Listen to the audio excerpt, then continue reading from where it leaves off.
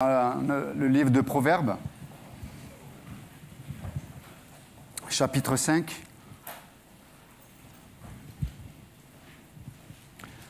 Proverbes, chapitre 5. Mon fils, sois attentif à ma sagesse. C'est au verset 1. Tends l'oreille à mon intelligence, afin que tu gardes la réflexion et que tes lèvres retiennent la connaissance.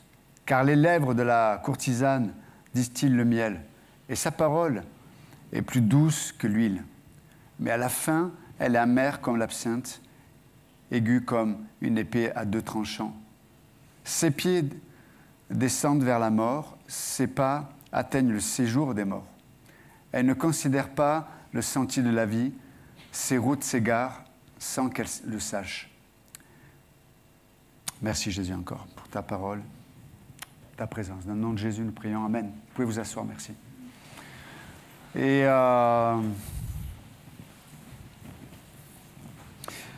donc là, l'auteur commence donc le verset 1, « Mon fils, sois attentif à ma sagesse ». Et j'aime bien déjà, on en a déjà parlé, mais c'est bien de se le rappeler, c'est que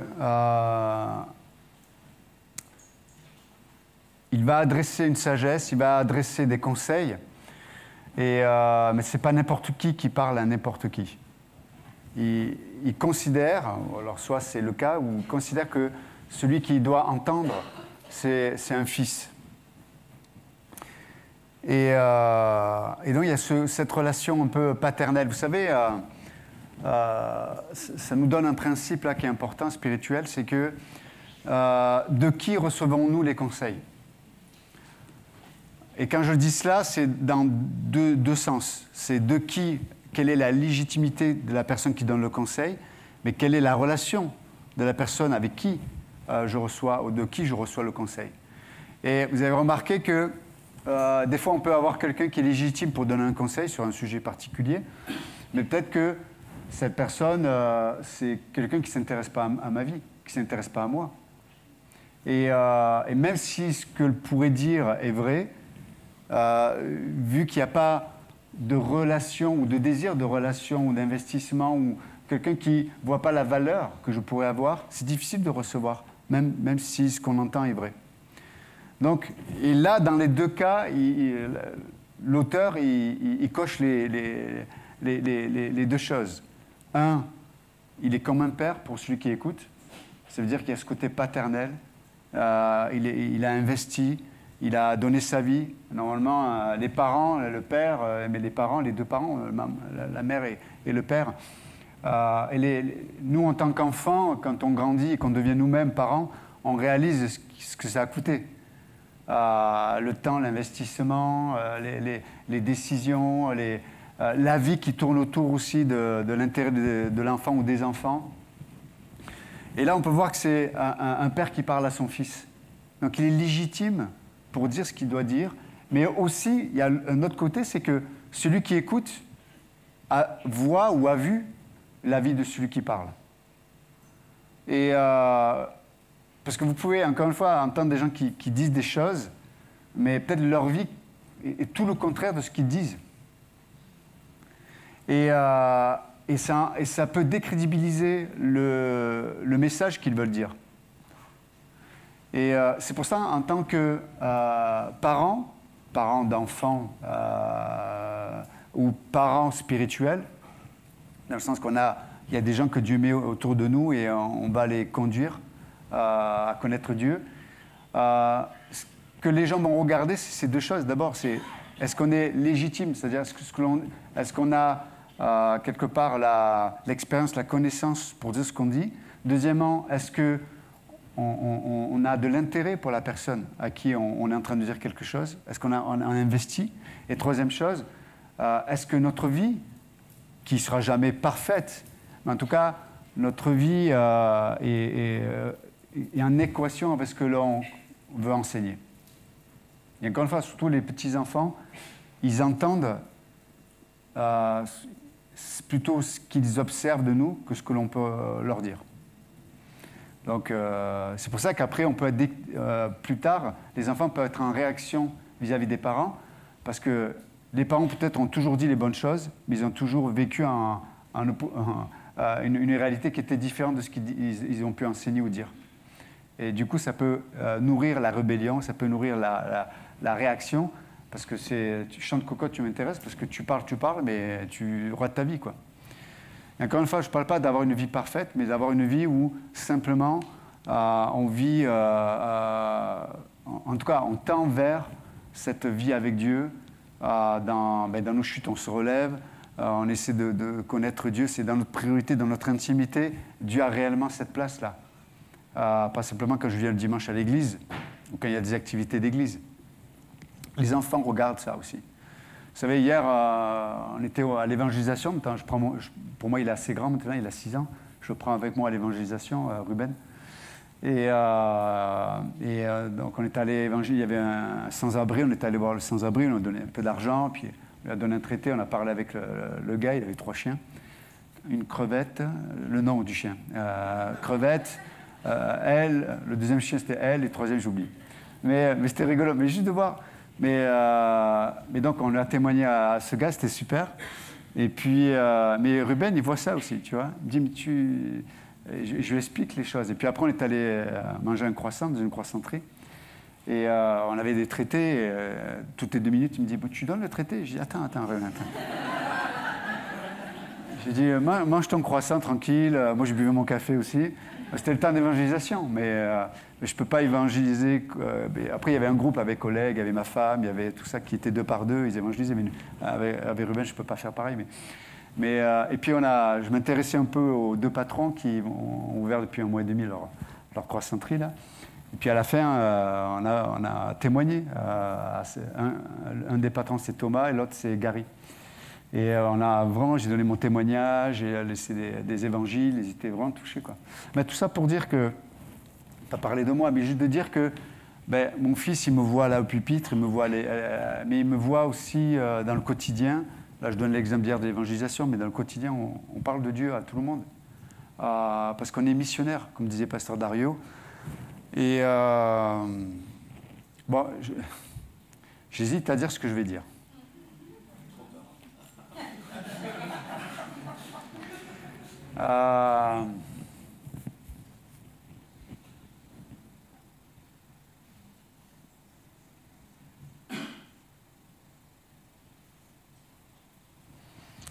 J'étais assez triste hier, par exemple pour le temps d'évangélisation, parce que on était 4, 5. La semaine dernière, Oleg m'a dit qu'ils étaient 2, 3 avec Ishvan. Et je me dis, et je disais ça hier à Oleg, je disais, mais peut-être que, et je suis sérieux quand je le dis, je dis, en tant que pasteur, je me dis, j'hésite même à démissionner presque. Je me dis, mais si l'Église n'a pas un cœur réellement pour les perdus, mon travail n'est pas bien fait, quoi. Et c'est toujours dans ma pensée, entre parenthèses. Si on n'a pas ce cœur pour ceux qui se perdent, vous n'avez pas besoin de moi, vous pouvez écouter des cultes sur Internet. C'est le cœur de Dieu. On l'a chanté tout à l'heure. Il a pris un corps, lui, le Dieu éternel, 3 fois saint. Il s'est humilié, limité en tant qu'homme. Il a marché sur cette terre pour qu'on soit là ce matin. Non, on ne sera pas là que ce matin. On sera là pour l'éternité dans sa présence. Mais il a dû prendre un corps, il a dû marcher, il a dû aller voir des gens, il a dû sortir de sa zone de confort. Et si l'Église, vous, moi, on ne vit pas cette réalité,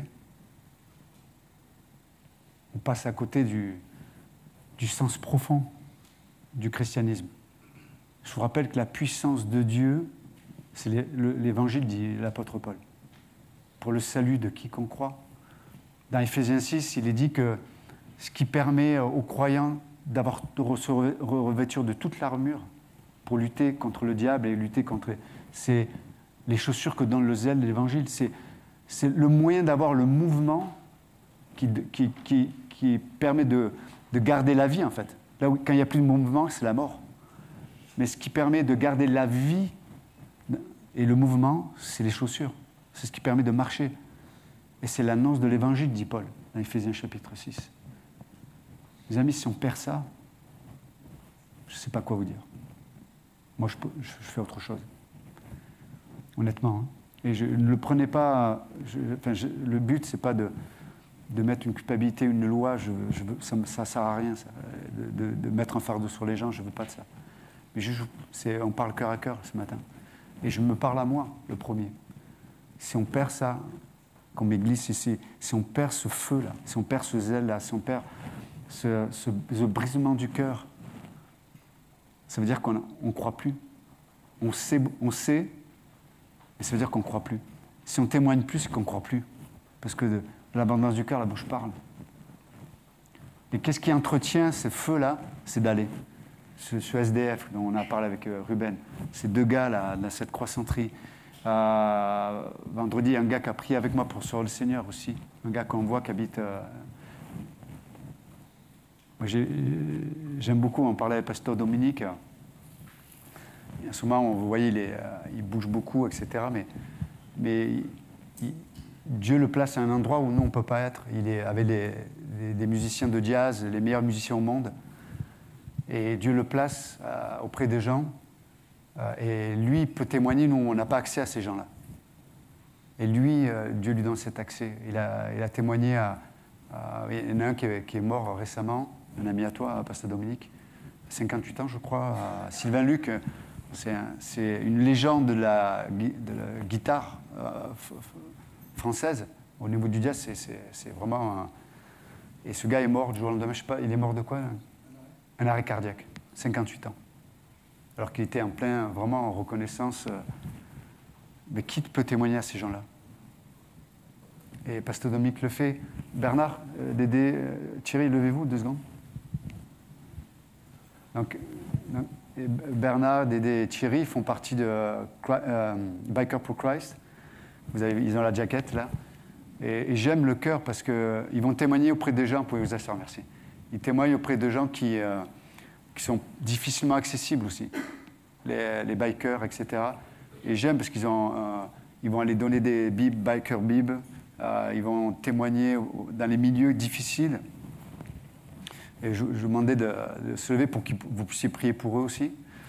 Mais ils ont ce cœur pour tout le temps, cette vision de témoigner de Christ. Ce que je veux vous dire ce matin, on va aller sur le message, ce n'était pas le message ce matin, mais je peux vous dire que si des fois, dans un couple, dans des relations, on stagne, c'est qu'on a arrêté de mettre les chaussures que donne le zèle de l'Évangile. Il n'y a plus le mouvement. Et vous savez, quand il n'y a plus le mouvement de donner l'Évangile, on va commencer à être submergé par les problèmes, les détails. On n'aura plus d'espérance. Ça fait partie de l'armure du croyant, ce témoignage que nous avons. Samedi prochain, on a l'évangélisation inter-église avec toute la pastorale. On va aller sur la comédie, on va témoigner. J'espère qu'on sera là, le maximum. Et on va, avec d'autres frères et sœurs d'autres églises, on va aller proclamer l'Évangile. Heureusement qu'il y a des gens qui nous ont parlé de l'Évangile. Non, moi, je ne serais pas là, en tout cas. S'il n'y avait pas eu Pasteur Jean-Luc et les voisins qui sont venus là où j'étais, dans cette ZUP, dans un quartier, et ils m'ont aimé, ils ont témoigné de Christ, ils m'ont parlé de Jésus. Et voilà, me voici aujourd'hui, quoi. Et je pense chacun d'entre nous. On a la puissance de Dieu avec notre langue, avec notre cœur, mais aussi avec nos corps. On a besoin de se déplacer, on a besoin d'aller. Mais voilà, juste pour vous encourager à considérer ça. Et donc là, il est dit, mon fils, ce côté paternel là, et reçois, et donc là, il dit, mais sois attentif, littéralement, c'est sois concentré. C'est aujourd'hui, c'est dur, hein. On est une génération de déconcentrés. parce qu'avec tout ce qui nous entoure, tous les médias, la technologie, les professeurs, les enseignants nous le témoignent, hein. Les enfants ont de moins en moins de capacité à la concentration. Et là, pour le coup, il dit, mais sois attentif, sois concentré à ma sagesse. Ça veut dire que, quand il dit sois concentré, ça veut dire regarde ce que je dis, mais regarde ma vie, regarde au bon endroit, en fait. Ce que je te dis, ce que je t'enseigne, tu peux l'observer, je l'incarne, en fait. Et vous savez, le christianisme, la vie chrétienne, c'est d'incarner la réalité de Dieu, de rendre visible l'invisible. Et ça va nous amener sur le terrain de l'impossible, en fait. Mais je ne vous apprends rien. La vie chrétienne est surnaturelle, ou elle ne l'est pas, disait, je crois, pasteur Luigi. La vie chrétienne est surnaturelle ou elle ne l'est pas. C'est juste une vie naturelle, religieuse. Mais ce n'est pas la vie chrétienne. Elle est surnaturelle par définition. Nos engagements et nos vies, elles devraient nous réduire. Seigneur, sans toi, je ne peux rien faire. Jean 15. Remplis-moi ta puissance, remplis-moi ton esprit. Combien de gens aujourd'hui, de chrétiens, n'expérimentent pas la puissance de Dieu, mais en fait, parce que 99% de leur temps, ils n'en ont pas besoin. Si je vis ma vie chrétienne sans jamais expérimenter la puissance de Dieu, dans mes décisions, dans mes pensées, ça commence dans les pensées, dans mes priorités, etc. Si je vis une vie où je peux vivre cette vie sans Dieu, en fait. Encore une fois, elle est couverte du christianisme, mais c'est une vie naturelle. Et puis, quand il y a des moments de difficulté, je demande la puissance de Dieu. Mais en fait, Dieu dit, mais tu n'es même pas capable de recevoir la puissance que je voudrais te donner parce que tu ne la vis jamais. Comment peux-tu la reconnaître? Comment peux-tu l'expérimenter? Et on se retrouve sans capacité de foi pour le surnaturel et pour la puissance de Dieu. Parce qu'on n'en a pas besoin, en fait. On ne le vit pas. On ne la vit pas. Et donc Dieu nous défie, il nous dit, mais la vie chrétienne, elle est surnaturelle. Elle n'est pas naturelle. Ce n'est pas avec des pensées d'hommes. C'est avec des pensées qui viennent de Dieu. C'est pour ça que tout commence, la bataille. Tout se passe dans tes pensées. C'est le champ de bataille, tes pensées. Tout se passe là. Et c'est pour ça qu'il parle de ça. Il dit, mais tends l'oreille à mon intelligence. C'est bizarre, il nous ramène, tout le livre des Proverbes, il nous ramène à ce que tu écoutes, ce que tu entends, ce que tu penses. Ce que tu écoutes, ce que tu entends, ce que tu penses. Il nous ramène toujours là. Et après, il nous parle de la vie. Mais la vie, tu vas la vivre d'une façon ou d'une autre selon comment tu penses. Et c'est intéressant parce qu'il dit « Tends l'oreille à mon intelligence » et il explique pourquoi. Verset 2. « Afin que tu gardes la réflexion et que tes lèvres retiennent la connaissance. » Je voudrais qu'on s'arrête sur ce point-là parce que je trouve que c'est assez intéressant. « Afin que tu conserves. » Littéralement, en hébreu, c'est « afin que être gardien, avoir la charge de sauver », littéralement, ça signifie sauver la vie. Pour le dire autrement, afin que tu ne perdes pas ta capacité d'être libre, ton autonomie. Si tu ne suis pas ma sagesse, si tu ne reçois pas mon intelligence, tu vas perdre ta capacité d'être libre. Et c'est le point ce matin que l'auteur veut souligner. Et que tes lèvres retiennent la connaissance. Pourquoi il dit que tes lèvres retiennent ou gardent la connaissance? C'est que de l'abondance du cœur, la bouche parle. C'est que à un moment donné, tes paroles vont révéler ce qui règne dans ton cœur. C'est tout le temps négatif, si tu es tout le temps négatif, si tu es tout le temps à parler des choses matérielles, de la politique, de la machin, etc., c'est que ça prend toute la place dans ton cœur. Pourquoi c'est tellement dur de parler des choses de Dieu? Parce qu'on ne pense pas avec Dieu. On ne nourrit pas notre cœur avec les réalités de la sagesse de Dieu. Du coup, chaque fois qu'il faut parler des choses de Dieu, c'est un effort incroyable. Mais si tu gardes ton cœur, si tu nourris ton cœur, ça sort facilement. Ça sort facilement. D'accord? Mais ça, c'est vraiment le point ce matin. Vous savez, dans Jean 8, 32, quand il dit « Vous connaîtrez la vérité, et la vérité vous rendra libre ». C'est intéressant, parce qu'en grec, ça ne sous-entend pas « Vous connaîtrez la vérité, puis quand vous aurez connu la vérité, vous êtes tout le temps libre. Ça ne parle pas de ça. C'est que le principe que Jésus enseigne, c'est que chaque fois que la vérité règne, c'est la vérité qui garde la liberté. Et chaque fois qu'on pense avec Dieu, chaque fois qu'on pense selon la vérité, c'est ce qui permet de vivre la réalité de la liberté. Chaque fois que je ne suis pas libre, c'est qu'il n'y a pas la vérité qui règne. Notre part, c'est de garder, de nourrir nos pensées, de méditer sur la vérité. Et c'est de la part de Dieu, lui, de me garder libre, d'amener cette liberté. Et beaucoup d'entre nous, on n'est pas libre parce que la vérité n'est pas dans notre cœur, n'est pas dans nos pensées. Et c'est intéressant parce que, donc il dit, afin que tu conserves. C'est comme un combat. Tu dois conserver. Comment ? Écoute et regarde ma sagesse. Garde l'intelligence. On revient toujours aux mêmes choses. On revient toujours aux mêmes choses. La pensée de Dieu, la vérité de Dieu. Et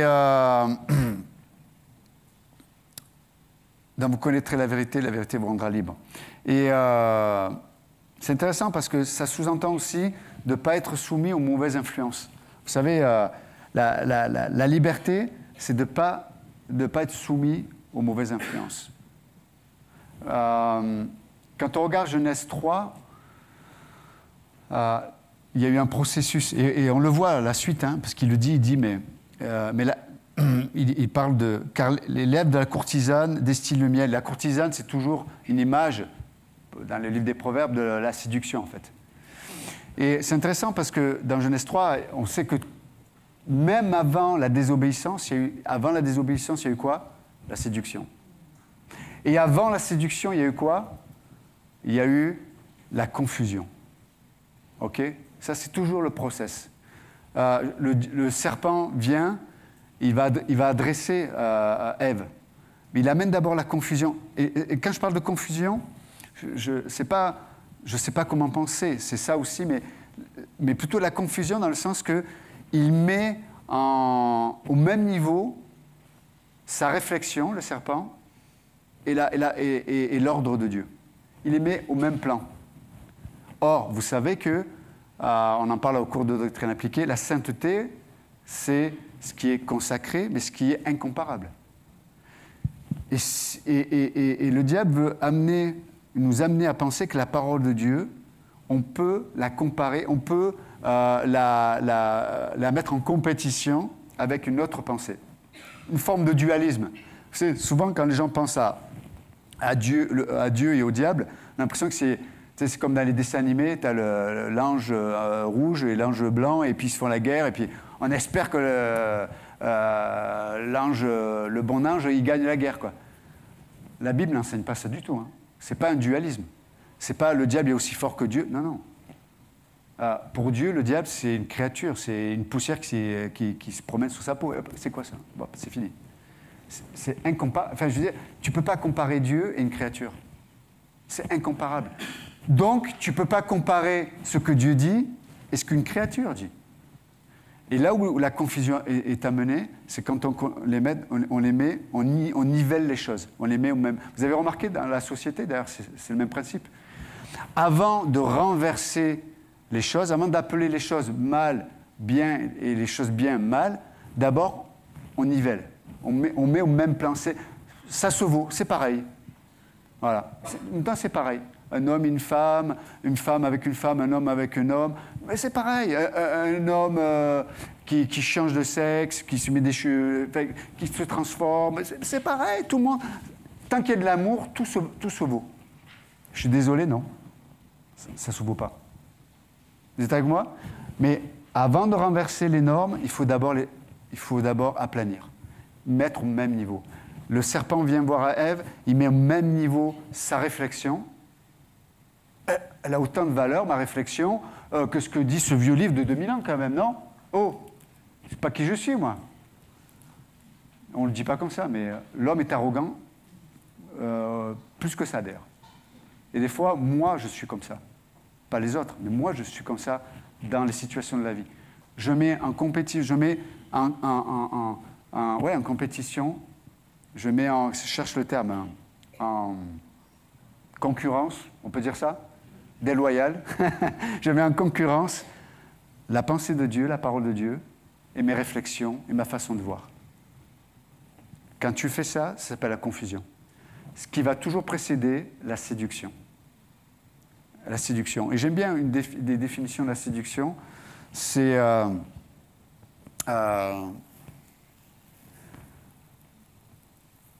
commencer à voir comme je ne devrais pas voir. Pour le dire autrement, je vais commencer à voir, et ce que je vois, en fait, je n'ai pas la capacité de bien l'analyser.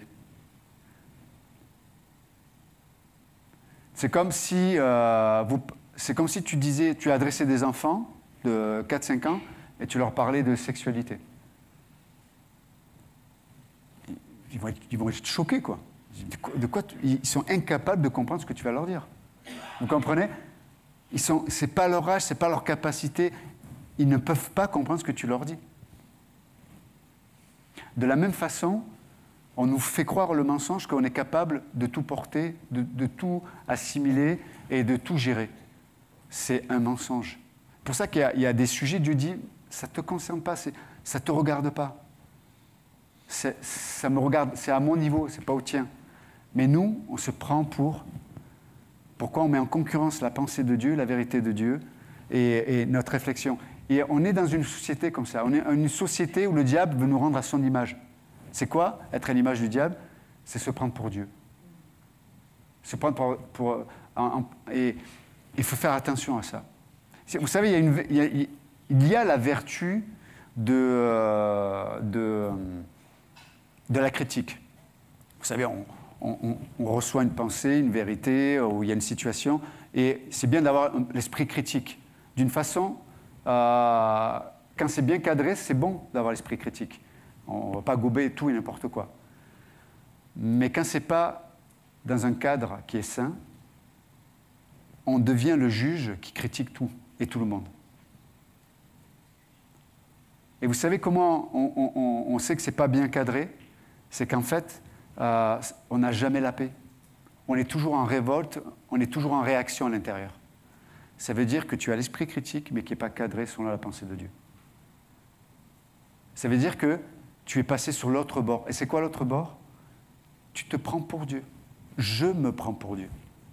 Et je commence à vouloir comprendre et gérer des choses dont Dieu me dit, tu n'as pas la capacité. Et ça va te rendre dans l'incapacité, pour le coup, d'avoir une foi simple dans les choses de Dieu. Pourquoi? Parce que tu te prends... je ne m'adresse pas à vous, je m'adresse à moi. Je me prends trop souvent pour ce que je ne suis pas Dieu. Et c'est ça la séduction. Est-ce que Dieu a vraiment dit?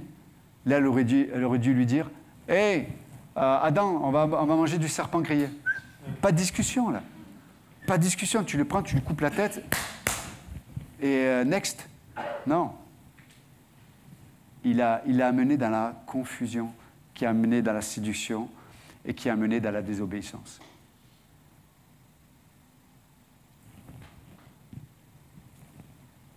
Et vous savez, la désobéissance a produit quoi? La mort. Vous savez, c'est simple notre vie. Là où tu repères la mort, c'est qu'il y a eu tout ce processus. Regardez, si dans un couple, il y a la mort, si dans un couple, il y a la séparation, si dans un couple, il y a plus de communication, si dans un couple, il n'y a plus d'amour, si dans un couple, il n'y a plus de vision spirituelle, sachez que le processus dont je viens de parler a précédé tout ça. La mort est le résultat de tout le processus. Et je donne l'exemple dans un couple, mais ça peut être dans d'autres domaines. Vous êtes avec moi ou pas? Confusion, séduction, désobéissance. Et il y a la mort. Donc la question à te poser, c'est, au lieu d'essayer de régler le problème de couple, essayer de repérer le processus qui a engendré ce problème. Et l'origine est spirituelle. Vous êtes avec moi ou pas? L'origine est spirituelle. C'est vraiment important. Et donc là, l'auteur, il veut vraiment nous mettre en garde. Il nous dit, mais la vérité, elle est là pour te garder dans la liberté. Est-ce qu'on est encore libre? d'aimer? Est-ce qu'on est encore libre de pardonner? Est-ce qu'on est encore libre d'entendre ce que je dis ce matin sans être vexé? Ah, il me gonfle, lui, avec ses évangélisations, ses SDF, ses Marocains. C'est pas ce que je vis, moi j'ai du mal à finir la fin du mois, moi je suis malade, j'ai une mauvaise santé, c'est pas ce que j'ai vécu. Bon, oui, on va être à l'écoute, il n'y a pas de problème. Mais si tu veux rester, si tu veux que l'univers, Dieu et l'Église tournent autour de toi, tu vas avoir des problèmes. Tu vas avoir de gros problèmes. Et si la solution n'était pas dans le fait que tout le monde se prosterne à mes besoins? Oh, je n'ai pas pensé à ça. Si tu ne m'aurais pas dit, je n'aurais pas pensé. Peut-être que la solution, c'est d'être occupé avec la pensée de Dieu, avec la vérité de Dieu, avec le cœur de Dieu. Mettre les choses sur... Je parle d'évangélisation, mais c'est pour être d'autres sujets. Mais j'aime pas forcément ce terme d'évangélisation. Je parle de juste... C'est nos vies, témoigner de l'évangile, d'être témoin. Mais on y va. On y va. Waouh. Ça ferait du bien des couples, des fois. Hein, au lieu de venir... des fois, les gens ils viennent me voir pendant 2 heures, je parle, je dis, en fait, tu résous rien. Venez, taisez-vous, on va évangéliser, tiens. On va voir des gens qui n'ont rien, on va voir des gens qui sont perdus. Peut-être cette personne, tu vas lui parler. Je me souviens, tu te souviens, Pasteur Dominique? On était à Saint-Mamet, on travaillait tous les deux dans les boîtes de conserve, quand on était jeunes. Mais, il y avait ce gars, tu te souviens, c'était, je ne sais pas, un Réunionnais, je ne sais pas quoi, il était en haut, là. Et moi, pendant 8 heures, j'étais avec mes boîtes, là, et Dieu me mettait à cœur, me dit, va lui parler, va lui parler, va lui parler.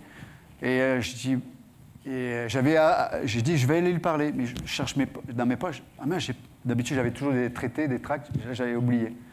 Moi, je dis, je le ferai demain. Et j'arrive à la pause et Pasteur Dominique, qui n'était pas pasteur à l'époque, il me dit, purée, j'ai un fardeau pour un gars. Je dis, ah bon, moi aussi. Mais un gars, le Réunionnais, ah non, moi aussi. Il me dit, t'as pas un traité? Je dis, non, on parlera demain au gars. Et le gars, on finit le boulot, le gars, il part en voiture, il s'est tué en voiture, le gars. Je crois, il est mort, en tout cas.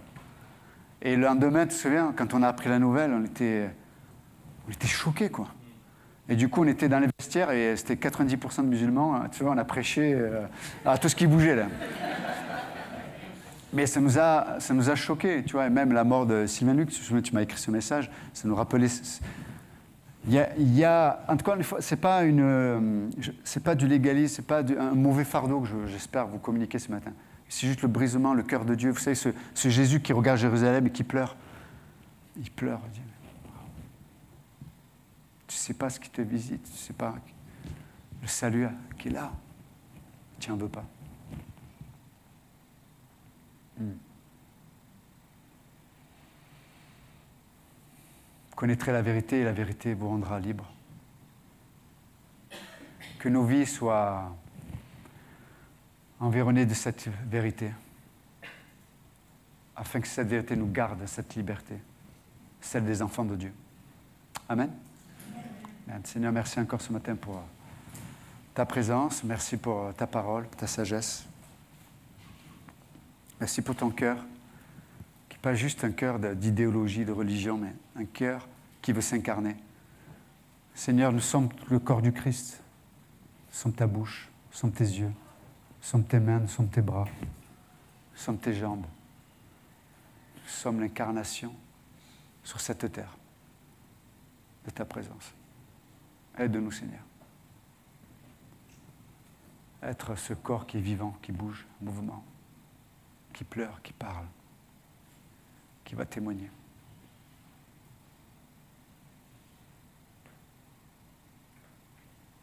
Merci, Seigneur.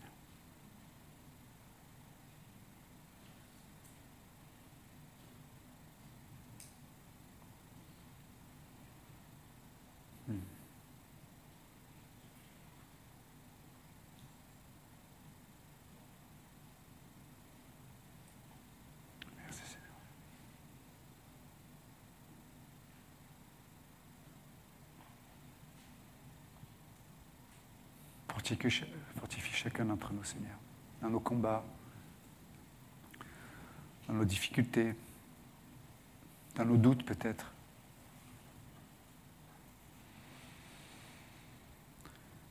dans nos vallées comme dans les montagnes, Seigneur. Fortifie chacun dans ta grâce, Seigneur. Peut-être que la solution est souvent pas là où on peut l'attendre. Elle est là où ton esprit bouge, agit, et ta puissance est révélée. Merci, Seigneur.